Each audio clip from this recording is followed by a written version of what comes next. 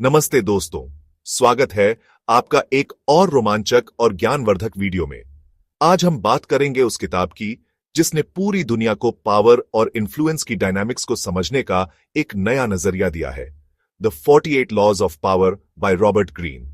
यह सिर्फ एक किताब नहीं है, बल्कि एक मैनुअल है उन लोगों के लिए जो अपनी जिंदगी में सफल होना चाहते हैं, अपनी ताकत को पहचानना और उसे सही तरीके से इस्तेमाल करना चाहते हैं। लेकिन ध्यान रखें, यह किताब सिर्फ उन लोगों के लिए है जो समझदारी और स्ट्रैटेजी के साथ पावर को अपनाना चाहते हैं।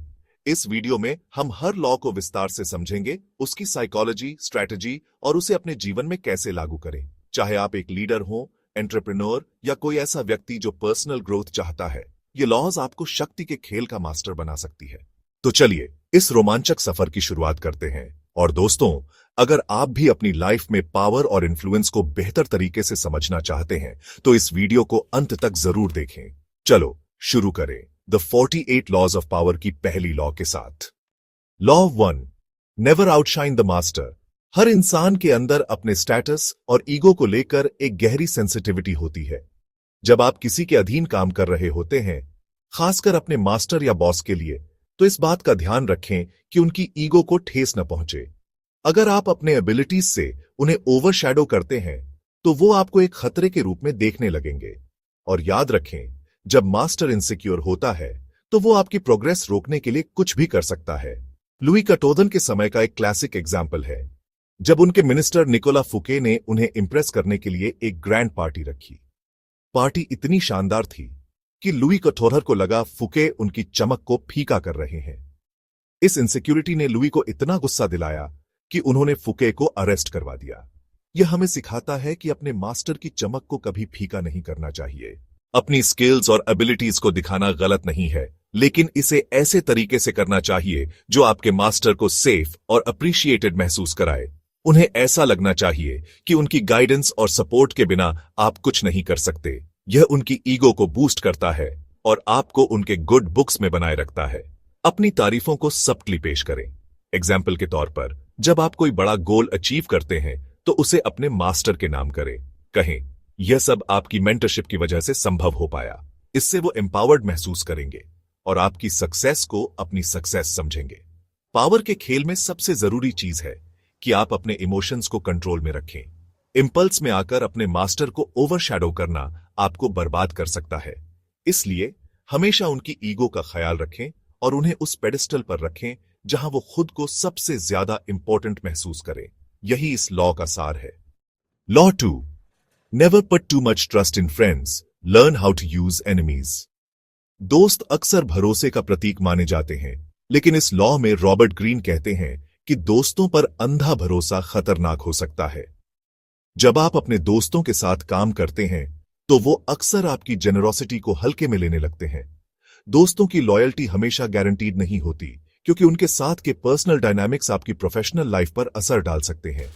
हिस्ट्री में कई ऐसे उदाहरण मिलते हैं जब दुश्मनों ने दोस्तों से ज्यादा लॉयल और एफिशिएंट साबित किया। माइकल टर, बाइजेंटीन एम्पायर के एक युवा राजा, ने अपने चाइल्डहुड फ्रेंड बेसिलियस को रॉयल कोर्ट में एक हाई रैंकिंग पोजीशन दी, लेकिन बेसिलियस ने इस ट्रस्ट का गलत इस्तेमाल करते हुए माइकल की हत्या कर दी और खुद एम्परर बन गया। यह उदाहरण दिखाता है कि दोस्तों पर ज्यादा भरोसा आपके लिए घातक हो सकता है। दूसरी ओर, दुश्मन अक्सर ज्यादा प्रेडिक्टेबल होते हैं। जब आप अपने दुश्मनों को अपने पक्ष में करने की कोशिश करते हैं तो वो अक्सर लॉयल्टी साबित करने के लिए ज्यादा मेहनत करते हैं। दुश्मनों का उपयोग करके आप नई अपॉर्चुनिटीज और अलायंसेस बना सकते हैं, जिससे आपकी पावर बढ़ती है।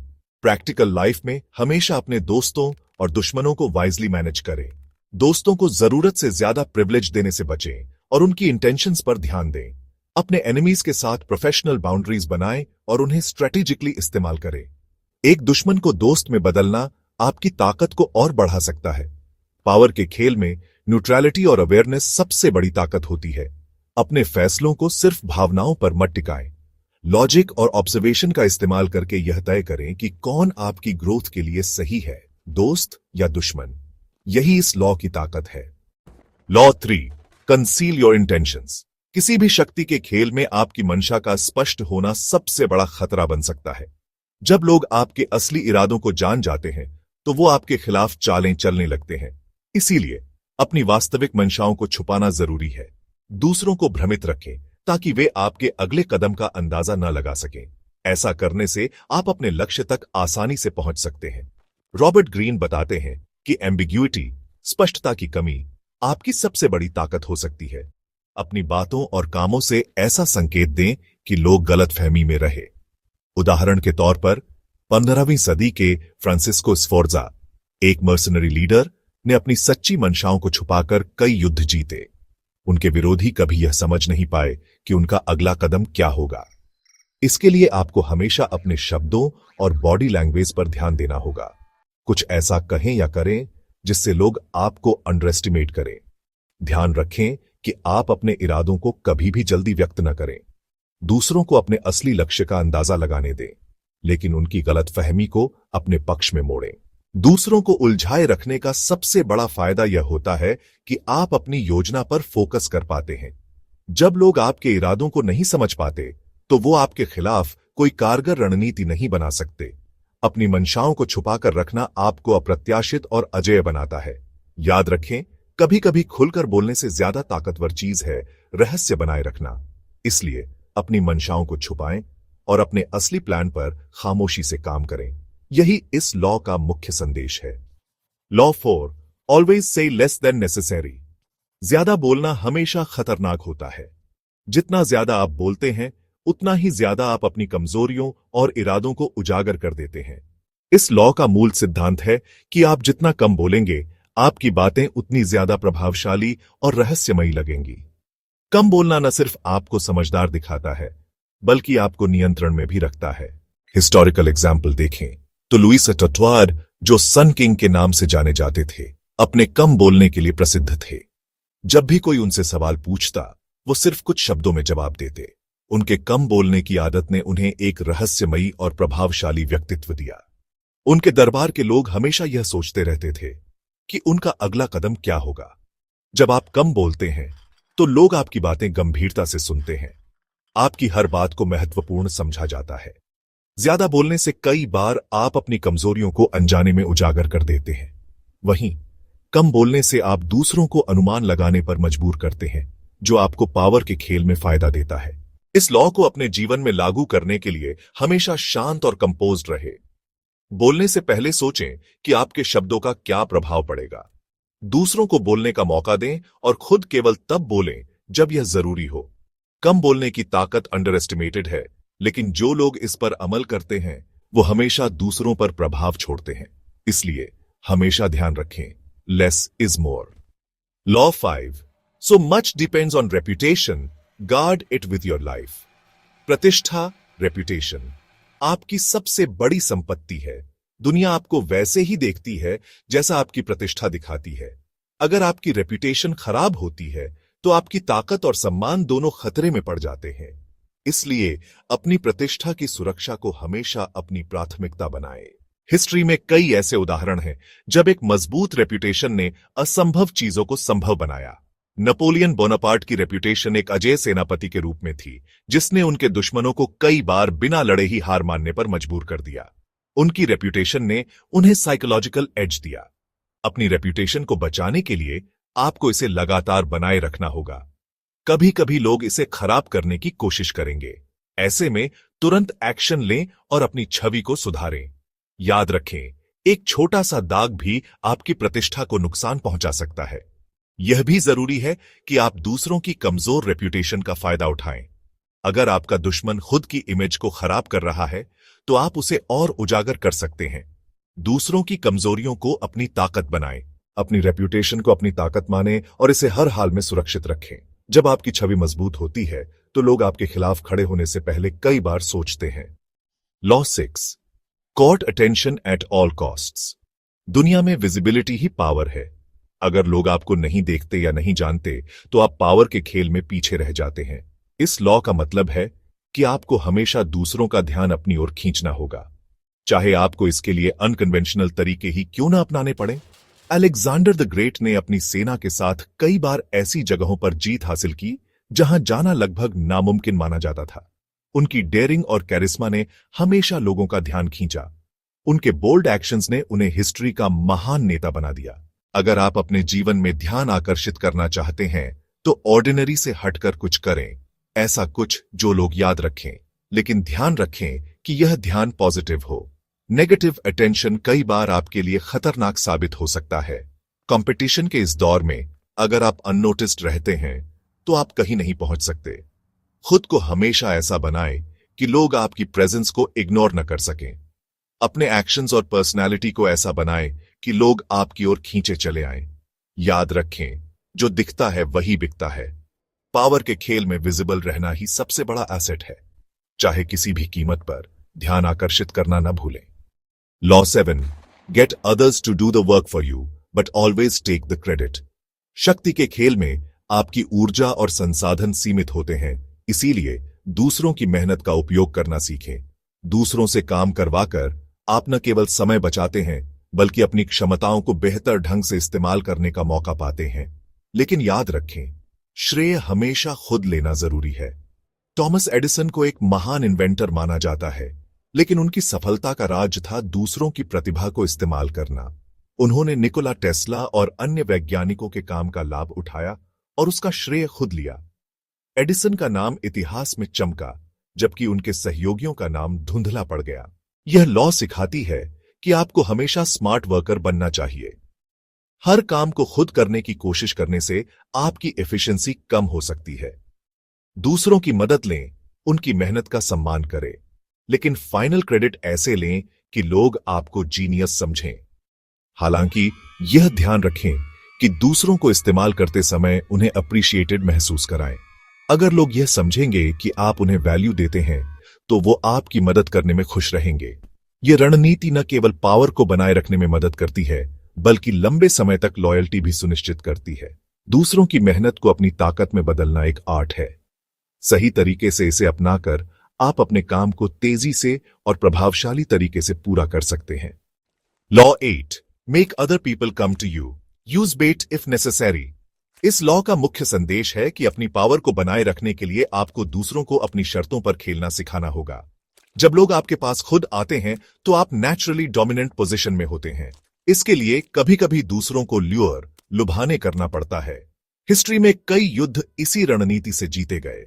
हैनिबल बारका, जो एक महान कार्थाजिनियन जनरल थे, ने रोमन आर्मी को अपनी पसंद की बैटलफील्ड पर लड़ने के लिए मजबूर किया। उन्होंने स्ट्रेटेजिकली बेट का इस्तेमाल किया और रोमन आर्मी को उनकी शर्तों पर हराया। आपकी लाइफ में भी यही लागू होता है।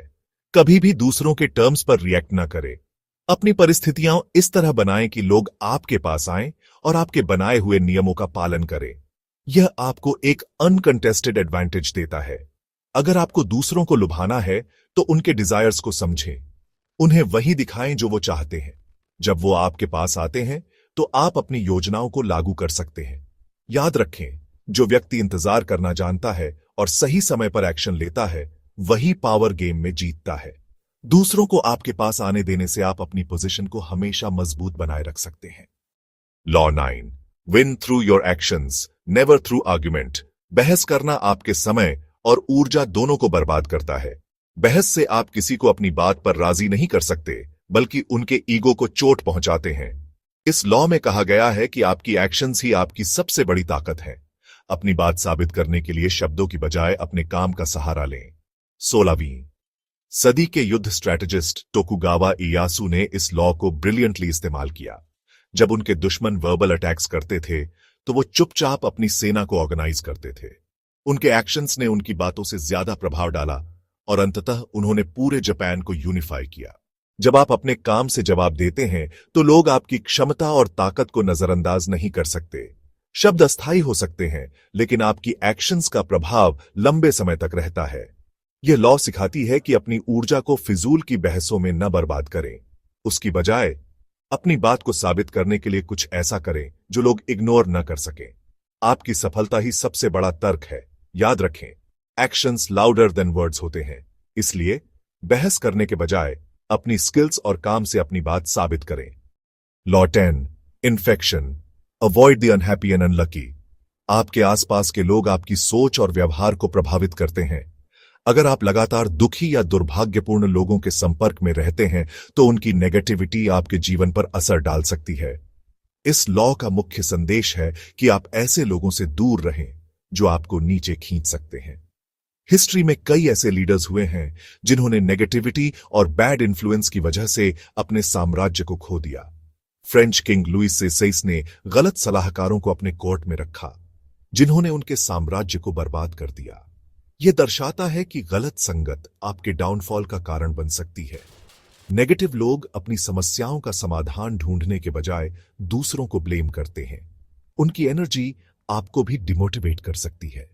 उनकी कंपनी में रहकर आप अपने गोल से भटक सकते हैं और आपकी पॉजिटिविटी खत्म हो सकती है। इस लॉ को अपनाने के लिए हमेशा पॉजिटिव और मोटिवेटेड लोगों के साथ रहे। जो लोग आपकी ग्रोथ में मदद करते हैं उनके करीब रहे।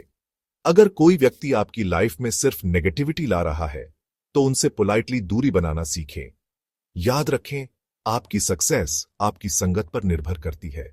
सही लोगों का साथ न केवल आपकी पावर को बढ़ाता है बल्कि आपको नेगेटिविटी से भी बचाता है। Law 11, learn to keep people dependent on you. शक्ति के खेल में आपकी सबसे बड़ी ताकत यह होती है कि दूसरे लोग आप पर निर्भर रहें। जब लोग आपकी जरूरत महसूस करते हैं तो वो आपकी इच्छाओं और शर्तों पर काम करने के लिए मजबूर हो जाते हैं। अगर आप उन्हें पूरी तरह सेल्फ सफिशिएंट बना देंगे तो वो आपकी जगह लेना शुरू कर सकते हैं। हिस्टोरिकली कार्डिनल रिचलियो ने इस लॉ को बखूबी अपनाया। 17वीं सदी में उन्होंने फ्रेंच नोबिलिटी को अपनी पॉलिटिकल डिसीजंस पर इतना निर्भर बना दिया कि कोई भी उनके खिलाफ जाने की हिम्मत नहीं कर सका। उन्होंने एक ऐसा सिस्टम बनाया जिसमें हर कोई इनडायरेक्टली उनकी अनुमति का इंतजार करता था। आप अपनी लाइफ में भी यही रणनीति अपना सकते हैं। अपनी स्किल्स और नॉलेज को इस तरह से पेश करें कि लोग समझें कि उनके गोल्स को पाने के लिए आपकी मदद अनिवार्य है। लेकिन याद रखें, उन्हें पूरी तरह आपकी मदद पर निर्भर न करें। बस इतना कि उनकी जरूरतें पूरी हों लेकिन ऑटोनॉमी न मिले।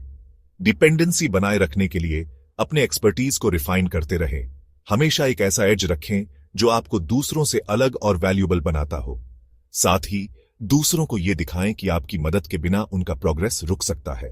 याद रखें, जब तक लोग आप पर निर्भर रहते हैं तब तक आपकी पोजीशन सुरक्षित है, लेकिन अगर डिपेंडेंसी खत्म हो गई तो आपकी ताकत भी कमजोर पड़ सकती है। इसलिए अपने वैल्यू को बनाए रखें और डिपेंडेंसी का सही इस्तेमाल करें। Law 12, use selective honesty and generosity to disarm your victim. लोगों का भरोसा जीतने का सबसे आसान तरीका है सिलेक्टिव ऑनेस्टी और जेनरोसिटी का इस्तेमाल करना।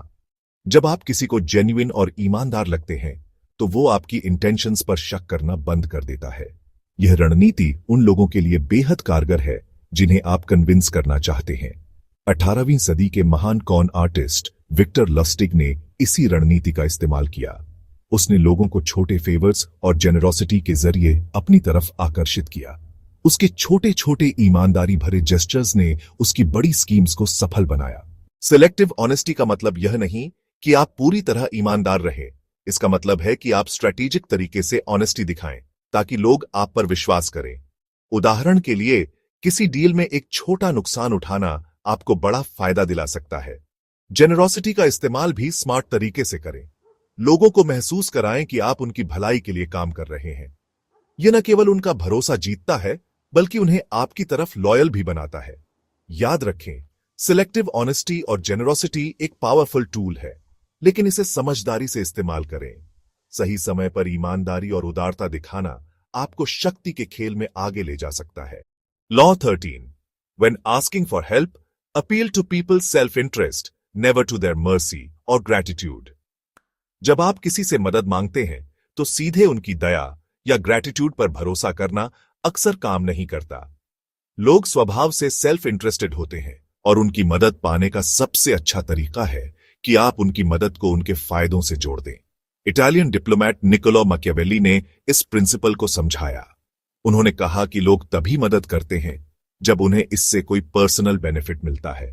फ्लोरेंस की पॉलिटिक्स में उन्होंने इसी रणनीति का इस्तेमाल किया और कई पावरफुल अलायंसेस बनाए। जब आप किसी से मदद मांगे तो यह सोचें कि इससे उन्हें क्या फायदा होगा। उन्हें दिखाएं कि आपकी सक्सेस उनकी सक्सेस को भी बढ़ाएगी। उदाहरण के लिए, अगर आप किसी से फाइनेंशियल सपोर्ट चाहते हैं तो उन्हें बताएं कि इससे उनके इन्वेस्टमेंट पर कैसे रिटर्न्स मिलेंगे। कभी भी लोगों से भावनात्मक अपील न करें, यह कमजोरी का संकेत हो सकता है। इसके बजाय प्रैक्टिकल और लॉजिकल रीजंस दें ताकि लोग आपकी मदद करना अपनी जरूरत समझें।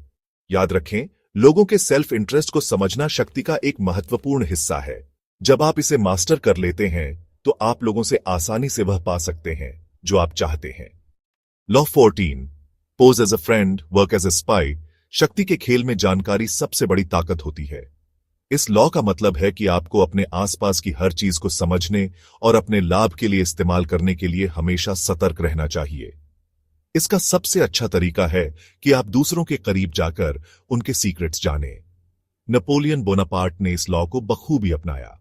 उन्होंने अपने जनरल्स और मिनिस्टर्स के बीच अपने इन्फॉर्मेंट्स लगाए ताकि उन्हें हर किसी की लॉयल्टी और इंटेंशंस की जानकारी मिल सके। यही जानकारी उनकी कई सफलताओं का कारण बनी। यह रणनीति आपको सिखाती है कि आपको दोस्ती और भरोसे का दिखावा करना होगा। जब लोग आपको अपना समझते हैं तो वो खुलकर अपनी योजनाओं और कमजोरियों को आपके सामने रखते हैं। इस जानकारी का इस्तेमाल आप अपनी पावर को बढ़ाने के लिए कर सकते हैं। हालांकि इसे अपनाते समय सावधानी बरतें। अगर लोग आपकी स्पाइंग टेंडेंसीज को पहचान लेते हैं तो यह आपके लिए खतरा बन सकता है। हमेशा डिस्क्रीट और सबटल रहे ताकि आपका असली इरादा छिपा रहे। याद रखें, जानकारी शक्ति है। दूसरों के करीब जाकर उनकी कमजोरियों को समझना और अपने फायदे के लिए उनका उपयोग करना शक्ति का सबसे बड़ा खेल है। Law 15, crush your enemy totally. शक्ति के खेल में यह महत्वपूर्ण है कि आप अपने दुश्मनों को पूरी तरह खत्म करें। अगर आप उन्हें थोड़ा भी मौका देते हैं तो वे फिर से ताकतवर बन सकते हैं और आपके खिलाफ खड़े हो सकते हैं। यह लॉ सिखाती है कि जब भी आप अपने दुश्मन को हराएं तो उन्हें दोबारा उभरने का कोई मौका न दें। जूलियस सीजर का उदाहरण लें, जिन्होंने अपने विरोधियों को पूरी तरह नष्ट कर दिया। जब सीजर ने पॉम्पे को हराया तो उन्होंने यह सुनिश्चित किया कि उनका हर समर्थक या सहयोगी भी कमजोर कर दिया जाए। इससे उनके विरोधियों को दोबारा संगठित होने का मौका नहीं मिला। यह लॉ केवल फिजिकल डिफीट के बारे में नहीं है, बल्कि साइकोलॉजिकल डिफीट के बारे में भी है। अगर आपके दुश्मन को यह महसूस हो जाए कि वे कभी जीत नहीं सकते, तो वे आपके खिलाफ लड़ने की हिम्मत नहीं करेंगे। इसका मतलब है कि आपको उनकी मॉरल को भी कुचलना होगा। हालांकि इसका मतलब यह नहीं कि आप जरूरत से ज्यादा क्रूर बने। अपनी रणनीति को कैलकुलेटेड और फोकस्ड रखें। सुनिश्चित करें कि आपका हर एक्शन आपके दुश्मनों को कमजोर करने के लिए हो। याद रखें, आधे अधूरे मेजर्स से आपका नुकसान हो सकता है। दुश्मन को पूरी तरह खत्म करने का मतलब है कि आप अपनी शक्ति को हमेशा के लिए सुरक्षित कर रहे हैं। Law 16, use absence to increase respect and honour. कभी कभी ज्यादा उपलब्ध रहना आपकी वैल्यू को कम कर सकता है। जब लोग आपको हमेशा देखते हैं तो वे आपकी इंपॉर्टेंस को हल्के में लेने लगते हैं। इस लॉ का मतलब है कि अपनी रेयर प्रेजेंस से अपनी वैल्यू और सम्मान को बढ़ाएं। हिस्टोरिकल फिगर्स जैसे टी लॉरेंस, जिन्हें लॉरेंस ऑफ अरेबिया के नाम से जाना जाता है, ने अपनी रेयर अपीयरेंसेस से अपनी मिस्टीक बनाए रखी। उनकी सीमित उपलब्धता ने उन्हें और भी आकर्षक और सम्मानजनक बना दिया। अपनी एब्सेंस को वाइजली इस्तेमाल करें। जब आप किसी ग्रुप या ऑर्गेनाइजेशन से दूर जाते हैं तो लोग आपकी वैल्यू को समझने लगते हैं। यह आपकी इंपॉर्टेंस को बढ़ाता है और आपको एक पावरफुल फिगर के रूप में प्रस्तुत करता है। लेकिन इस रणनीति को सावधानी से अपनाएं। जरूरत से ज्यादा गैर मौजूदगी लोगों को आपके बिना एडजस्ट करने के लिए मजबूर कर सकती है। सही बैलेंस बनाए रखें ताकि लोग आपकी वापसी का इंतजार करें। याद रखें, कभी कभी दूरी बनाना ही आपकी ताकत को बढ़ा सकता है। अपनी प्रेजेंस को रेयर और इंपैक्टफुल बनाएं। Law 17, keep others in suspended terror, cultivate an air of unpredictability. Predictability आपकी सबसे बड़ी कमजोरी हो सकती है। जब लोग आपके एक्शंस का अंदाजा लगा लेते हैं तो वो आपको मैनिपुलेट या हराने की कोशिश करते हैं। इस लॉ का मुख्य संदेश है कि आपको अप्रत्याशित बने रहना चाहिए। आपकी अनप्रेडिक्टेबिलिटी दूसरों को सतर्क और भयभीत रखती है। जेंगिस खान ने इस लॉ का शानदार उदाहरण प्रस्तुत किया। उनकी सेना अनप्रिडिक्टेबल टैक्टिक्स का इस्तेमाल करती थी, जिससे उनके दुश्मन कभी उनकी अगली चाल का अनुमान नहीं लगा पाते थे। उनकी अप्रत्याशितता ही उनकी सबसे बड़ी ताकत थी। जब आप कम बोलते हैं तो लोग आपकी बातें गंभीरता से सुनते हैं। आपकी हर बात को महत्वपूर्ण समझा जाता है। ज्यादा बोलने से कई बार आप अपनी कमजोरियों को अनजाने में उजागर कर देते हैं। वहीं कम बोलने से आप दूसरों को अनुमान लगाने पर मजबूर करते हैं, जो आपको पावर के खेल में फायदा देता है। अनप्रिडिक्टेबिलिटी का मतलब यह है कि आप दूसरों के एक्सपेक्टेशंस को तोड़ें। जब लोग आपकी आदतों और पैटर्न्स का अंदाजा नहीं लगा पाते, तो वो हमेशा असमंजस में रहते हैं। यह असमंजस आपको शक्ति और नियंत्रण देता है। अपनी अनप्रिडिक्टेबिलिटी को स्ट्रेटेजिकली इस्तेमाल करें। कभी कभी अप्रत्याशित बिहेवियर दिखाकर दूसरों को चौंकाएं, लेकिन यह भी सुनिश्चित करें कि आप हमेशा कंट्रोल्ड और कैलकुलेटेड रहें। याद रखें, अप्रत्याशित बने रहना न केवल शक्ति का प्रतीक है, बल्कि यह दूसरों को आपसे डरने और सम्मान करने पर मजबूर करता है। Law 18। Do not build fortresses to protect yourself. Isolation is dangerous. शक्ति के खेल में खुद को अलग थलग करना खतरनाक हो सकता है। जब आप आइसोलेशन में रहते हैं, तो आप इंफॉर्मेशन और अपॉर्चुनिटीज से कट जाते हैं। यह लॉ सिखाती है कि आपको हमेशा लोगों के साथ जुड़े रहना चाहिए और खुद को समाज का हिस्सा बनाए रखना चाहिए। हिस्ट्री में कई ऐसे नेता हुए हैं जिन्होंने आइसोलेशन को चुना और इसका खामियाजा भुगता। Chinese emperor Qin Shi Huang ने खुद को लोगों से अलग कर लिया, जिससे उन्हें सही एडवाइस और सपोर्ट नहीं मिला। उनका साम्राज्य उनकी मृत्यु के बाद जल्दी खत्म हो गया। आइसोलेशन आपको कमजोर बनाता है, क्योंकि आप न तो अपने दुश्मनों की चालें समझ पाते हैं और न ही एलाइज की मदद ले पाते हैं। इसके बजाय अपने कनेक्शंस को मजबूत करें और अपने नेटवर्क का इस्तेमाल करें। इसका मतलब यह नहीं कि आप हमेशा हर किसी से घिरे रहें। बैलेंस बनाए रखना जरूरी है। खुद को एक्सेसिबल बनाएं, लेकिन अपनी पर्सनल बाउंड्रीज को इंटैक्ट रखें। याद रखें, शक्ति का असली स्रोत दूसरों के साथ जुड़ाव में है। जब आप कनेक्शंस बनाते हैं और उन्हें वाइजली मैनेज करते हैं, तो आप अजेय बन जाते हैं। Law 19। Know who you are dealing with. Do not offend the wrong person. हर इंसान की नेचर अलग होती है और किसी का ईगो, प्राइड या स्टेटस कितनी जल्दी हर्ट हो सकता है, यह समझना बहुत जरूरी है। यह लॉ सिखाती है कि बिना सोचे समझे किसी को नाराज करने से बचें, क्योंकि कुछ लोग इसे भूलते नहीं हैं और बदले की भावना से प्रेरित हो सकते हैं। अलेक्जेंडर हैमिल्टन और एरन बर्र के बीच का विवाद इसका एक ऐतिहासिक उदाहरण है। हैमिल्टन ने बर्र को पब्लिक में अपमानित किया, लेकिन बर्र ने इसे दिल से लगा लिया। अंततः इस नाराजगी ने बर्र को हैमिल्टन को एक ड्यूअल में मारने के लिए प्रेरित किया। इस लॉ का पालन करने के लिए आपको लोगों के नेचर को गहराई से समझना होगा। कौन बदला लेने वाला है, कौन इग्नोर करेगा और कौन आपको माफ कर सकता है, यह जानना आपके लिए शक्ति का महत्वपूर्ण स्रोत बन सकता है। अगर आपको किसी का विरोध करना भी हो, तो इसे सब्टली और रिस्पेक्टफुली करें। सीधे टकराव या अपमान से बचें, क्योंकि यह लॉन्ग टर्म कॉन्फ्लिक्ट्स को जन्म दे सकता है। याद रखें, शक्ति का खेल केवल जीतने का नहीं है, बल्कि गलत लोगों को नाराज करने से बचने का भी है। हमेशा सावधानीपूर्वक अपनी रणनीतियों को लागू करें। Law 20। Do not commit to anyone. शक्ति के खेल में न्यूट्रलिटी आपकी सबसे बड़ी ताकत हो सकती है। जब आप किसी के प्रति पूरी तरह कमिटेड नहीं होते, तो आप अपने विकल्प खुले रखते हैं और दूसरों के लिए रहस्यमयी बनते हैं। यह लॉ सिखाती है कि आपको किसी एक व्यक्ति या समूह के प्रति अपनी लॉयल्टी को सीमित रखना चाहिए। नेपोलियन बोनापार्ट के शासनकाल में कई छोटे राज्य और शासक उनकी तरफ या उनके विरोध में खड़े हुए, लेकिन जिन शासकों ने अपनी न्यूट्रलिटी बनाए रखी, उन्होंने सबसे ज्यादा लाभ उठाया। उन्होंने दोनों पक्षों से फायदे लिए और युद्ध के बाद भी अपनी स्थिति मजबूत रखी। न्यूट्रल बने रहना दूसरों को हमेशा आपसे जुड़ने के लिए आकर्षित करता है। लोग सोचते हैं कि अगर आप उनके पक्ष में आते हैं, तो उनका फायदा हो सकता है। इस रहस्यमयी स्थिति का उपयोग करके आप अपनी पावर को बढ़ा सकते हैं। यह जरूरी नहीं कि आप पूरी तरह अलूफ रहे। आपको अपने कनेक्शंस बनाए रखने चाहिए, लेकिन अपनी एब्सोल्यूट लॉयल्टी को किसी एक व्यक्ति या समूह तक सीमित न करें। याद रखें, जब आप फ्री रहते हैं और अपने विकल्पों को खुला रखते हैं, तो आप अपनी शक्ति को बनाए रखते हैं। प्रतिबद्धता केवल तब दिखाएं जब आपको पूरा यकीन हो कि यह आपके फायदे में है। Law 21। Play a sucker to catch a sucker, seem dumber than your mark. कई बार शक्ति के खेल में सबसे चतुर चाल यह होती है कि आप खुद को कमजोर या कम चतुर दिखाएं।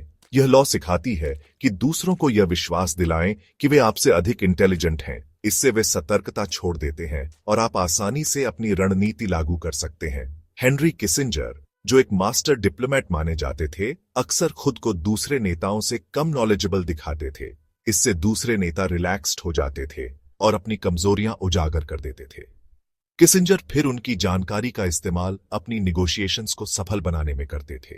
यह रणनीति इसलिए काम करती है क्योंकि लोग अक्सर अपनी सुपीरियरिटी को महसूस करना पसंद करते हैं। जब आप उन्हें यह भ्रम देते हैं कि वे आपसे बेहतर हैं, तो वे खुद को कम गार्ड करते हैं।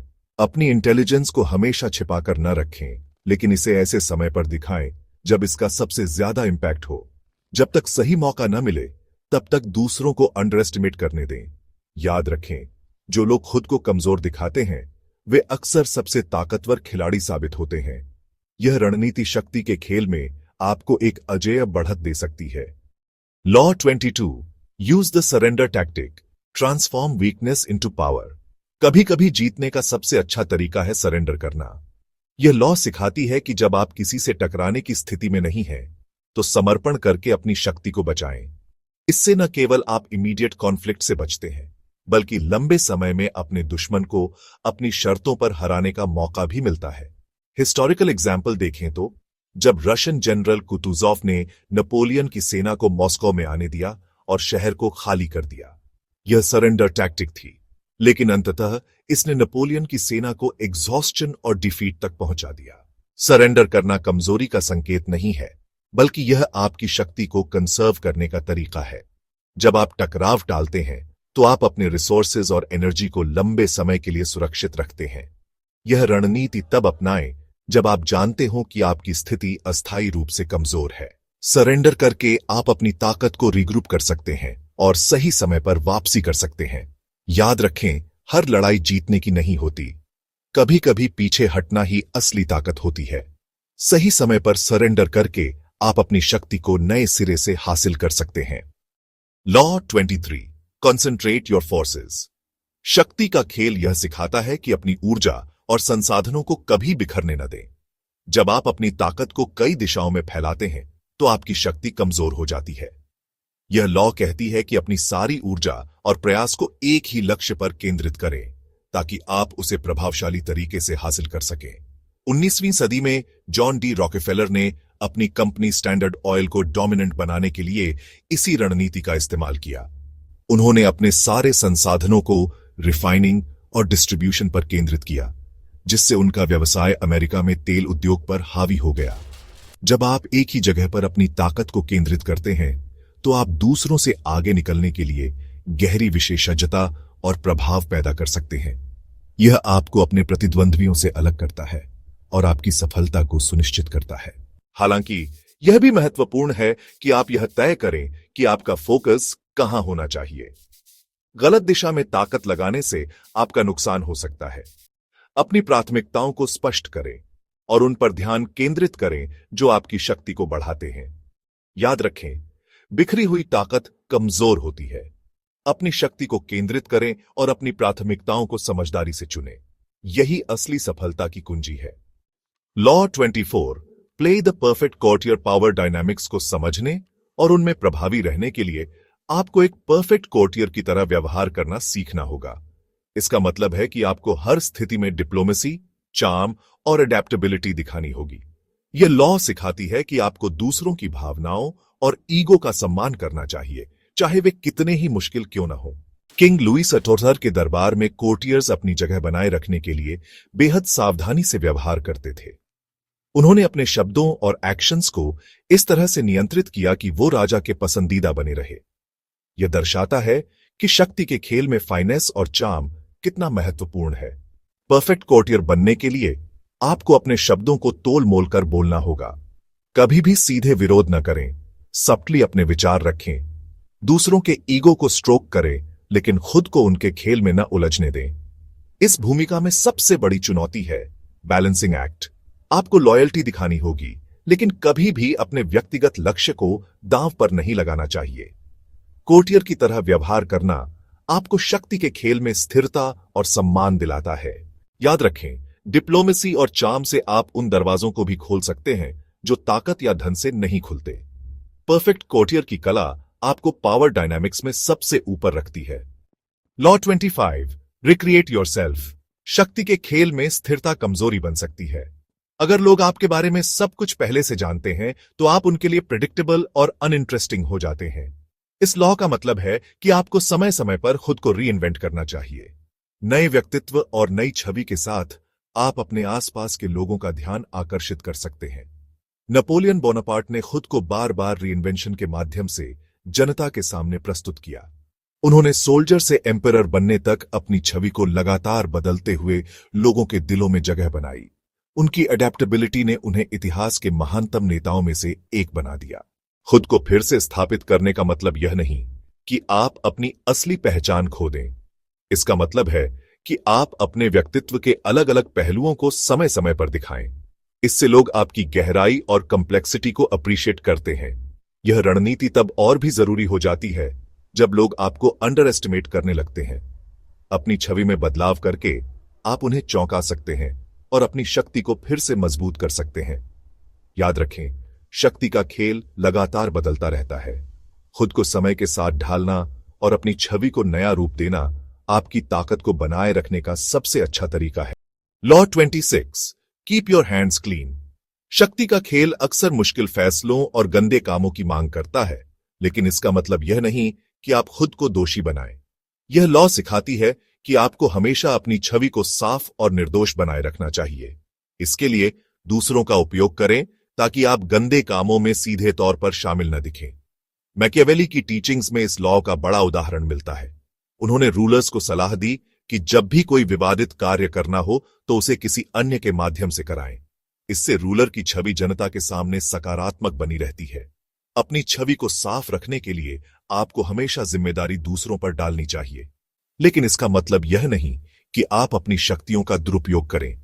सुनिश्चित करें कि जो लोग आपके लिए काम कर रहे हैं वे भी आपके प्रति वफादार रहें। अगर किसी गलती या विवाद का सामना करना पड़े तो तुरंत स्थिति को संभालें और खुद को निर्दोष साबित करें। आपकी छवि आपकी सबसे बड़ी ताकत है और इसे नुकसान पहुंचने से बचाने के लिए हर संभव प्रयास करें। याद रखें, शक्ति के खेल में परसेप्शन ही सब कुछ है। लोगों को हमेशा ऐसा लगे कि आप निर्दोष और सही हैं, भले ही पर्दे के पीछे आप कितने ही चालाक क्यों न हो। Law 27, play on people's need to believe to create a cult like following. लोग स्वाभाविक रूप से किसी ऐसी चीज पर विश्वास करना चाहते हैं जो उन्हें जीवन में दिशा और उद्देश्य दे सके। इस लॉ का मतलब है कि आप उनकी इस जरूरत का फायदा उठाकर एक ऐसा एनवायरनमेंट बनाएं जहां वे आपको एक लीडर या प्रेरणा के स्रोत के रूप में देखें। ऐसा करने से आप उनकी निष्ठा और समर्थन हासिल कर सकते हैं। हिस्टोरिकल एग्जाम्पल देखें तो चार्ल्स मैनसन ने एक कल्ट बनाया जिसे मैनसन फैमिली कहा जाता था। उन्होंने अपने अनुयायियों के विश्वास और मानसिकता को इस हद तक प्रभावित किया कि वे उनके लिए कुछ भी करने को तैयार हो गए। हालांकि उनका उद्देश्य नकारात्मक था, लेकिन यह दिखाता है कि लोगों की विश्वास करने की जरूरत कितनी शक्तिशाली है। कल्ट लाइक फॉलोइंग बनाने के लिए एक स्पष्ट और प्रेरणादायक विजन पेश करें। इसे ऐसे प्रस्तुत करें कि लोग इसे अपने जीवन का हिस्सा मानें। अपने अनुयायियों के साथ भावनात्मक संबंध स्थापित करें और उन्हें ऐसा महसूस कराएं कि वे किसी बड़े मिशन का हिस्सा हैं। याद रखें कि अपनी पावर को एथिकल तरीके से इस्तेमाल करना जरूरी है। लोगों का विश्वास जीतकर उनकी भलाई के लिए काम करें। उन्हें कभी ऐसा महसूस न होने दें कि आप उनका फायदा उठा रहे हैं। लोगों के विश्वास का सही इस्तेमाल करके आप न केवल उनके समर्थन को हासिल करेंगे बल्कि अपने पावर बेस को भी स्थायी बना सकते हैं। Law 28, enter action with boldness. इस लॉ का संदेश है कि जब भी आप कोई एक्शन लें तो उसे पूरे साहस और आत्मविश्वास के साथ करें। हिचकिचाहट या अनिश्चितता आपकी कमजोरी को दर्शाती है, जिससे आपके दुश्मन और विरोधी इसका फायदा उठा सकते हैं। बोल्डनेस हमेशा आपको दूसरों से अलग और शक्तिशाली दिखाती है। अलेक्जेंडर द ग्रेट का साहस इसका बेहतरीन उदाहरण है। उन्होंने हमेशा अपने सैन्य अभियानों में बोल्ड और डेयरिंग रणनीतियों का इस्तेमाल किया, जिससे उनके दुश्मन भ्रमित और भयभीत हो गए। उनके साहस ने उन्हें इतिहास के सबसे सफल योद्धाओं में से एक बना दिया। बोल्डनेस केवल दिखावे के लिए नहीं है, बल्कि यह आपके इरादों को स्पष्ट और प्रभावशाली बनाने के लिए है। जब आप अपनी योजनाओं को साहस के साथ लागू करते हैं तो लोग आपकी प्रतिबद्धता और ताकत को पहचानते हैं। बोल्ड एक्शंस अक्सर बड़े रिवॉर्ड्स लाते हैं, लेकिन इसका मतलब यह नहीं कि आप बिना सोचे समझे रिस्क लें। अपने साहस को कैलकुलेटेड और पर्पसफुल रखें। याद रखें, बोल्डनेस न केवल आपको शक्ति के खेल में आगे बढ़ाती है, बल्कि आपको एक लीडर के रूप में स्थापित भी करती है।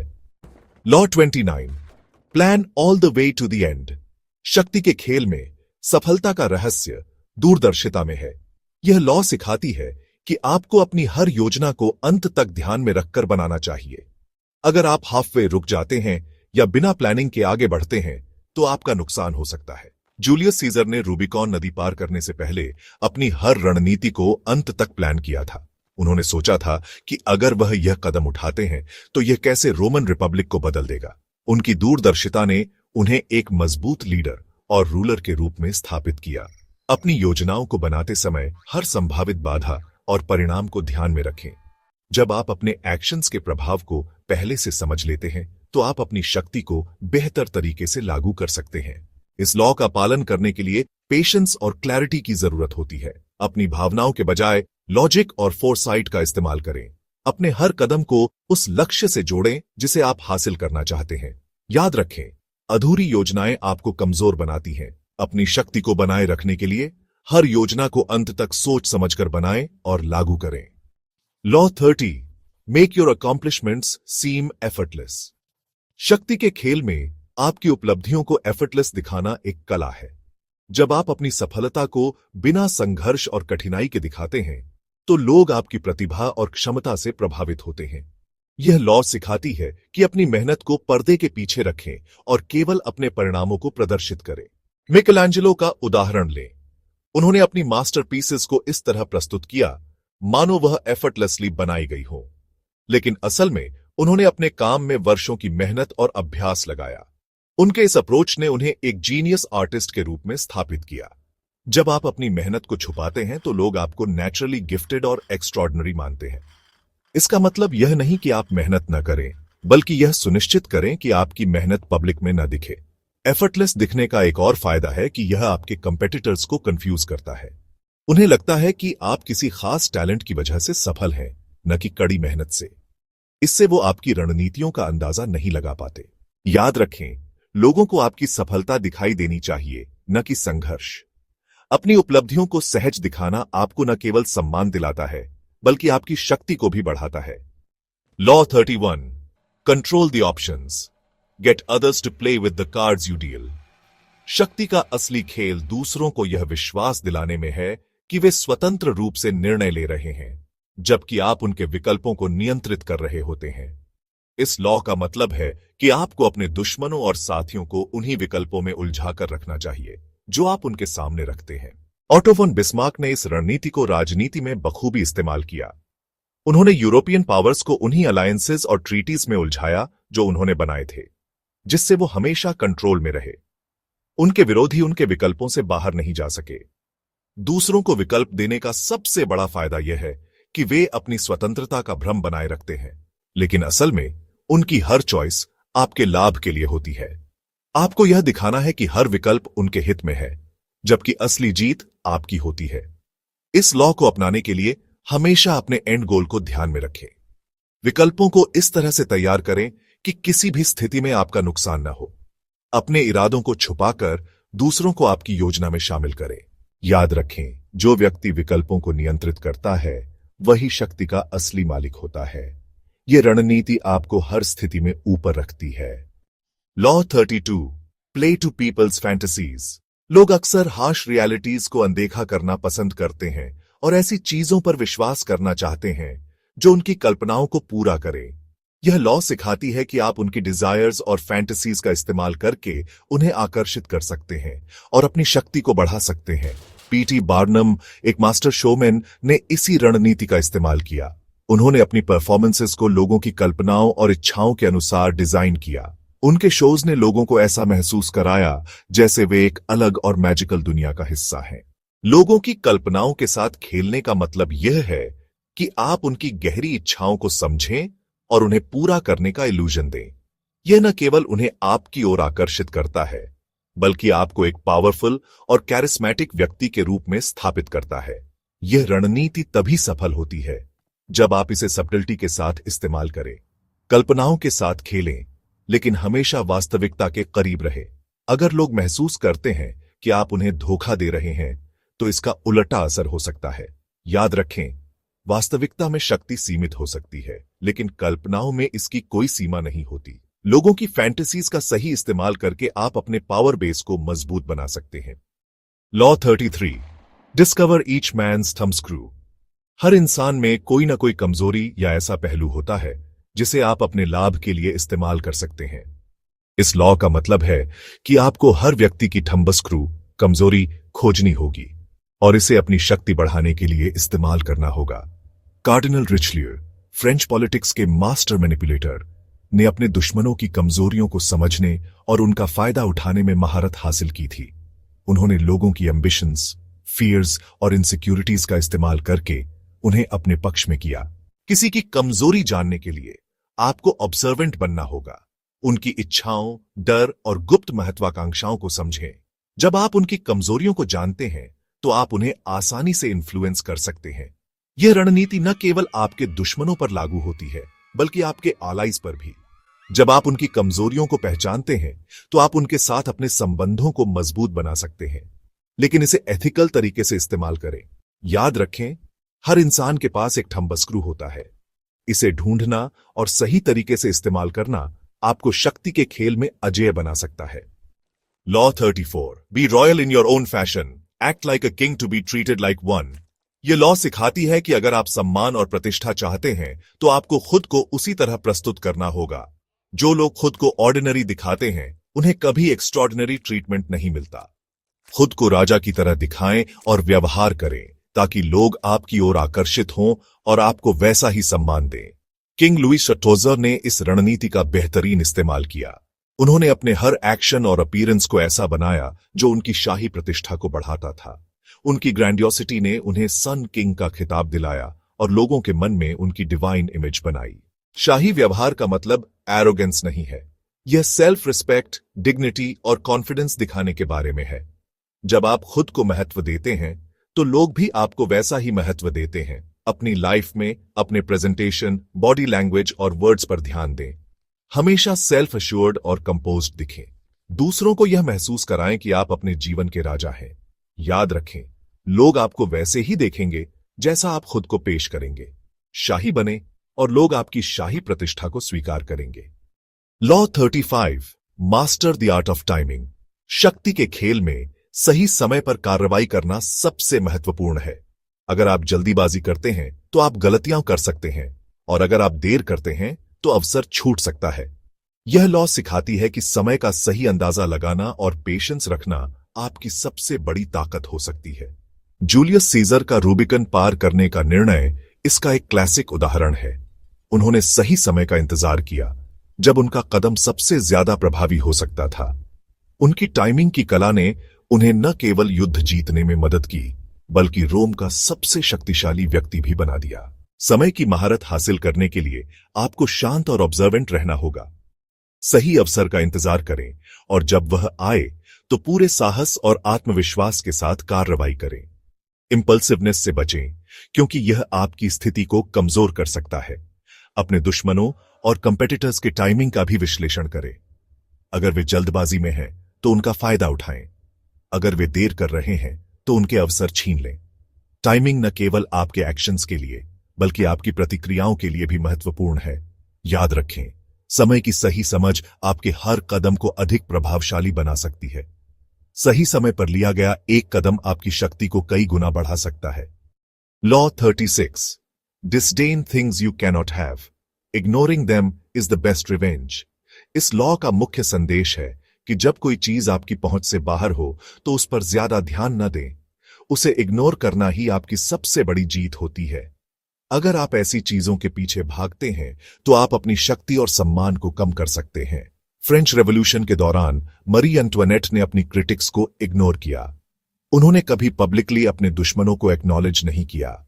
भले ही उनकी स्थिति अंत में कमजोर हो गई, लेकिन उनके इग्नोरिंग बिहेवियर ने उन्हें एक डिग्निफाइड ऑरा बनाए रखने में मदद की।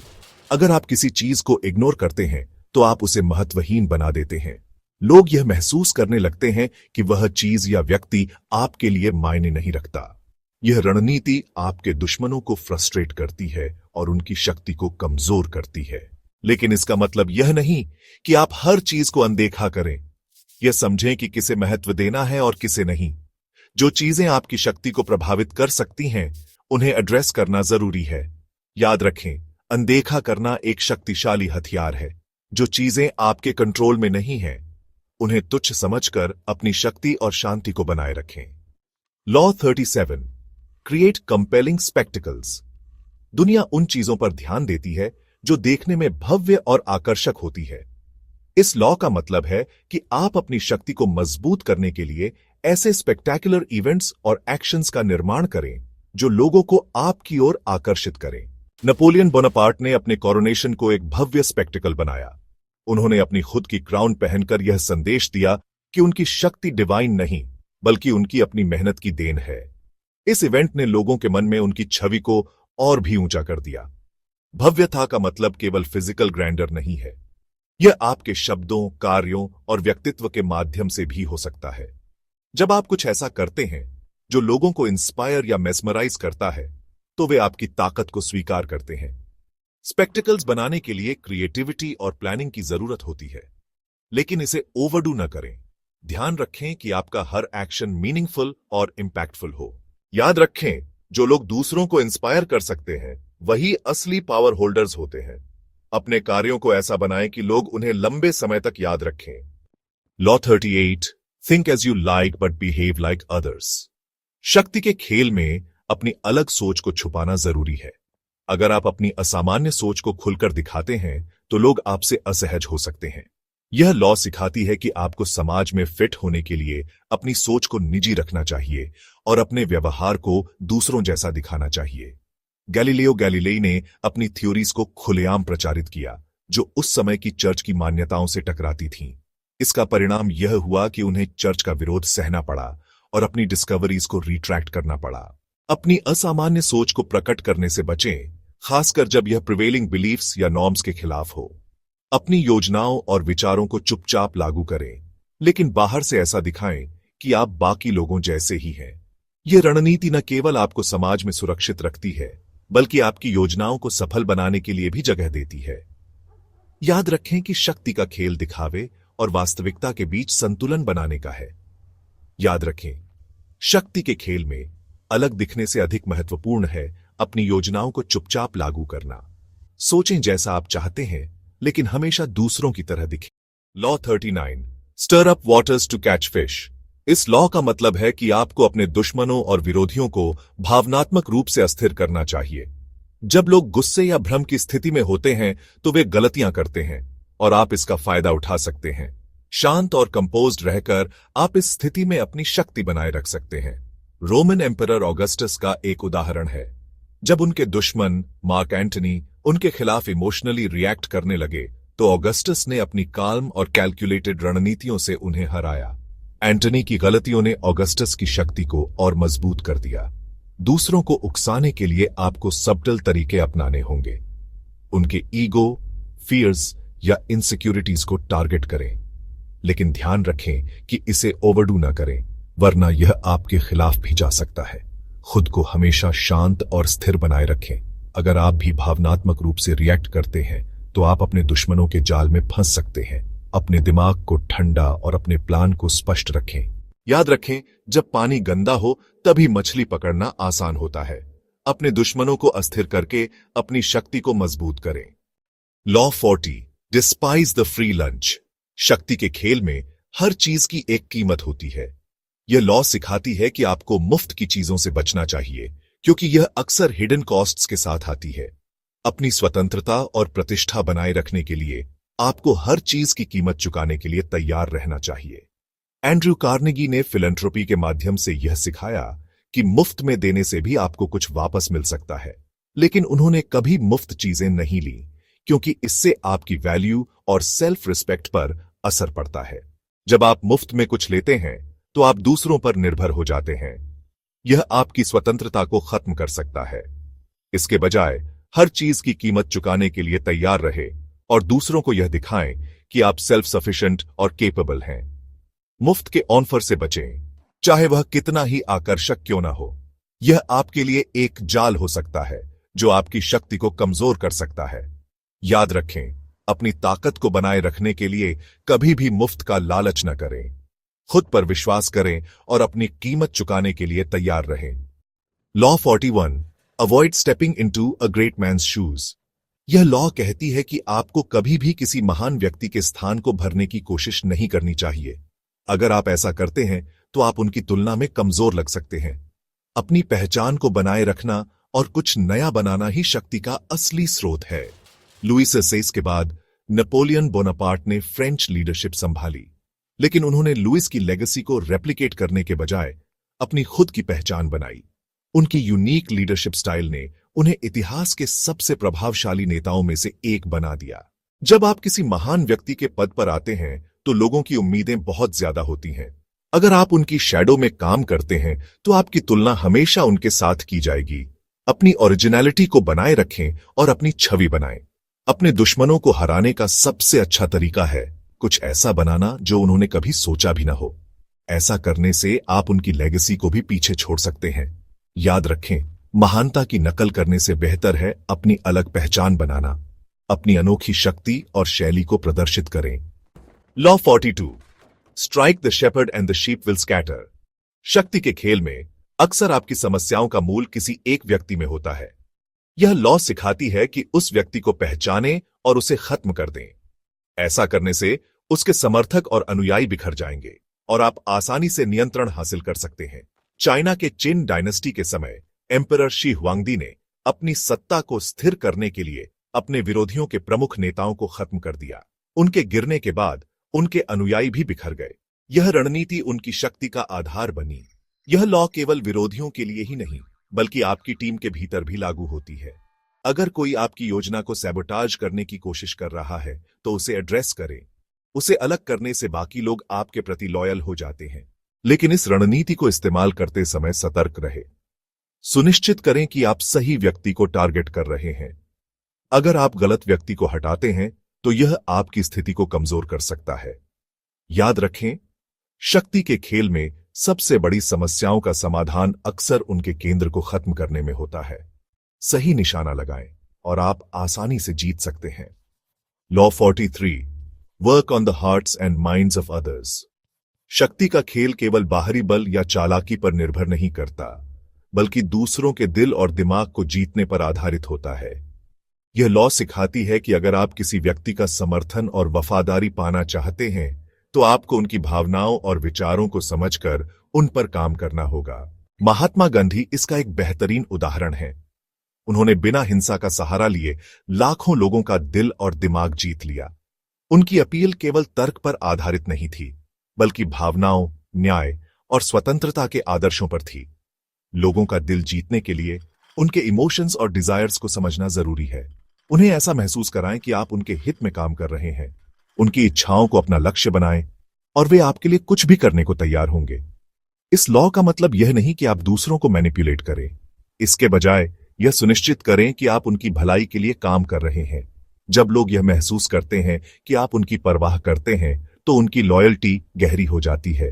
याद रखें, दिल और दिमाग को जीतने से आप न केवल अपने एलाइज को मजबूत बनाते हैं बल्कि अपने विरोधियों को भी कमजोर कर सकते हैं। Law 44, disarm and infuriate with the mirror effect. दर्पण प्रभाव का मतलब है कि आप दूसरों के एक्शंस, बिहेवियर या व्यक्तित्व को रिफ्लेक्ट करें। यह रणनीति न केवल उन्हें कंफ्यूज करती है बल्कि उन्हें इमोशनल रूप से अस्थिर भी कर सकती है। जब लोग खुद का रिफ्लेक्शन देखते हैं तो वे अपनी कमजोरियों और गलतियों को नहीं समझ पाते। 18वीं सदी में ग्रिगरी पोटेम्किन ने कैथरीन द ग्रेट के दुश्मनों को मिरर इफेक्ट के जरिए हराया। उन्होंने उनकी रणनीतियों और विचारों को रिफ्लेक्ट किया जिससे उनके विरोधी भ्रमित हो गए और गलतियां करने लगे। इस लॉ को अपनाने के लिए आपको अपने विरोधी के व्यवहार और इच्छाओं को गहराई से समझना होगा। उनके एक्शंस को मिमिक करें लेकिन सब्टली, ताकि वे समझ न सकें कि आप उन्हें मिरर कर रहे हैं। इससे आप उनकी मानसिक स्थिति को प्रभावित कर सकते हैं। मिरर इफेक्ट का उपयोग केवल अपने दुश्मनों पर नहीं बल्कि अपने एलाइज को इंस्पायर करने के लिए भी किया जा सकता है।